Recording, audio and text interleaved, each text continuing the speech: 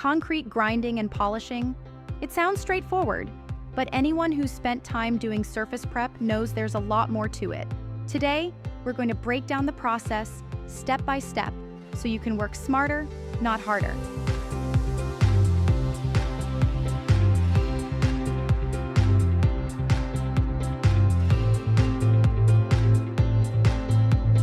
Follow me as I grind away at the basics everyone needs to know.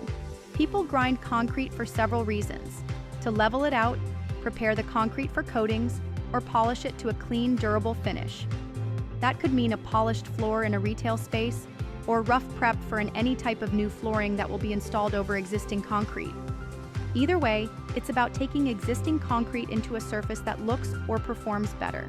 Now, before we even get started, let's talk about managing expectations. Let's be clear up front. Every slab has its own personality. The older the slab, the more you're going to see cracks, ghost shadows from old tile, and surface spalling. These imperfections, they don't disappear just because you ran a grinder over them. If someone wants a perfectly uniform floor, no imperfections whatsoever, they'll need an overlay first. That gives them a clean canvas of new concrete. But if they're okay with the natural character of the concrete showing through, polishing alone can give them a glossy, glass-like finish without any epoxy or coatings. Just the concrete polished right. If you're a contractor, make sure you explain the process and how the finished product is going to look. Making sure the customer understands the final outcome isn't always going to be a picture-perfect image.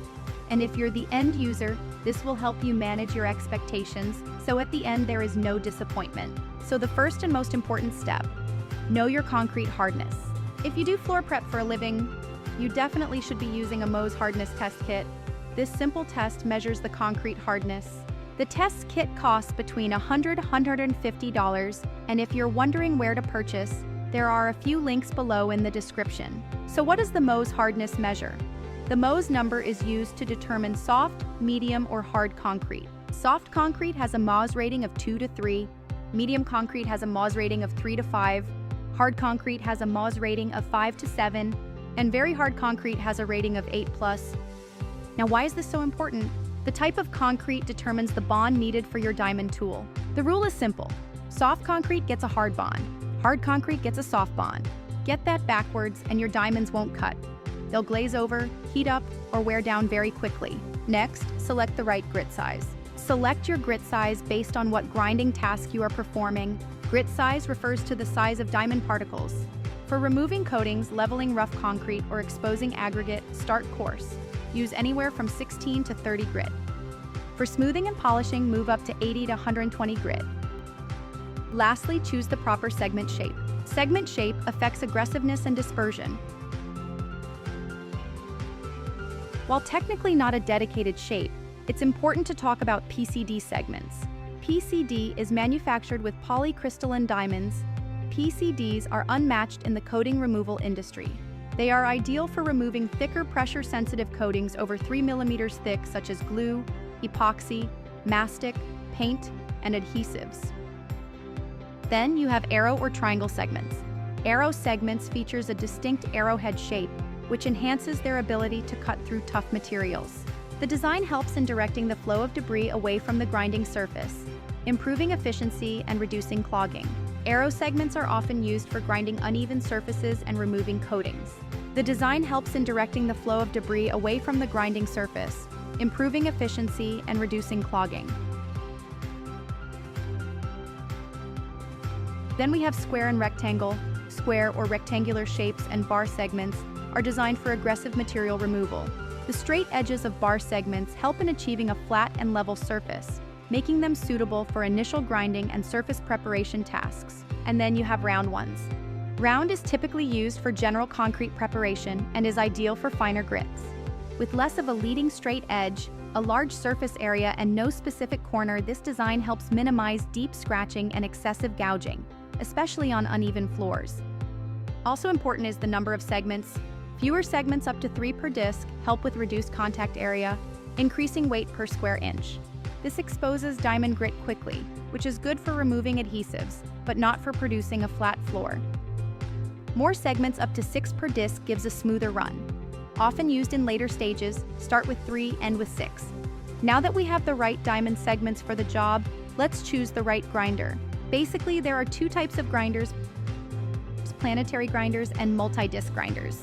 Planetary grinders manufacturers such as Husqvarna and Bartel Global are versatile and can be used from polishing to coating removal. Large main disc rotates one way, smaller discs rotate in opposite direction. Diamond contact towards the perimeter. Operator must move slowly to ensure full abrasion. Extra weight may be needed for effective cutting on certain surfaces. Multi-disc grinders have multiple fixed-in-place individual drive shafts and plates. Multi-disc grinders have higher RPM than planetary grinders. The complete floor under the machine is abraded, increasing productivity. They can be operated in any direction, offering more maneuverability. And they're ideal for heavy coating removal, smoothing rough surfaces, flattening floors, and tight spaces. Now, what are some of the factors in choosing a grinder? Consider your purpose. Are you polishing, doing coating removal, or general surface preparation? Also, consider the weight for ease of transport to different job sites. Factor in edging, or the ability to reach tight corners and edges which require smaller heads and adjustable features. You will also want to think about electrical requirements. Make sure your amps and voltage is compatible with most workspace outlets and voltages. Also make sure for longer electrical cord the proper rating is achieved, so avoid tripping circuits. Lastly, but most importantly, budget. You're going to have to balance all the cool features with cost. Now it's time to decide on dry versus wet grinding. There are only 2 choices here. Dry grinding, which uses a dust collector, HEPA filter vacuum to remove dust. This is the preferred method for smaller jobs being faster, more efficient. With dry grinding, dust containment is crucial for safety and healthy work environment. And then you have wet grinding, which uses water to cool the diamond segments on the wheel. This method significantly reduces dust creation, but forms slurry. Slurry is a mix of water and concrete dust. Remember, slurry must be properly collected and disposed of. Now that we have the basics, here are some insider tips to help you out. Consider the speed. Running the grinder unnecessarily fast can overheat and glaze over diamonds, preventing proper cutting. Recommended RPMs of some grinding segments are typically lower than maximum capacity. Speed alone does not equate to better production. Also, take into account the downward pressure. Greater downward pressure equals faster grinding. This is achieved by heavier machines or specific diamond options. For example, a single bar or round segments on smaller machines allow for more pressure per square inch. Double segments offer better performance on machines when grinding a larger area. This is achieved by heavier machines or specific diamond options. For example, a single bar or round segments on smaller machines for more pressure per square inch. Don't forget to walk every inch of the floor prior to grinding. If you want to yourself, skip this step. You must remove any above-grade material. Inspect for anything raised above the floor surface: steel, brass, screws, bolts, etc. These must be cut off, hand ground level, or hammered below grade before grinding to prevent damage to diamonds and machines.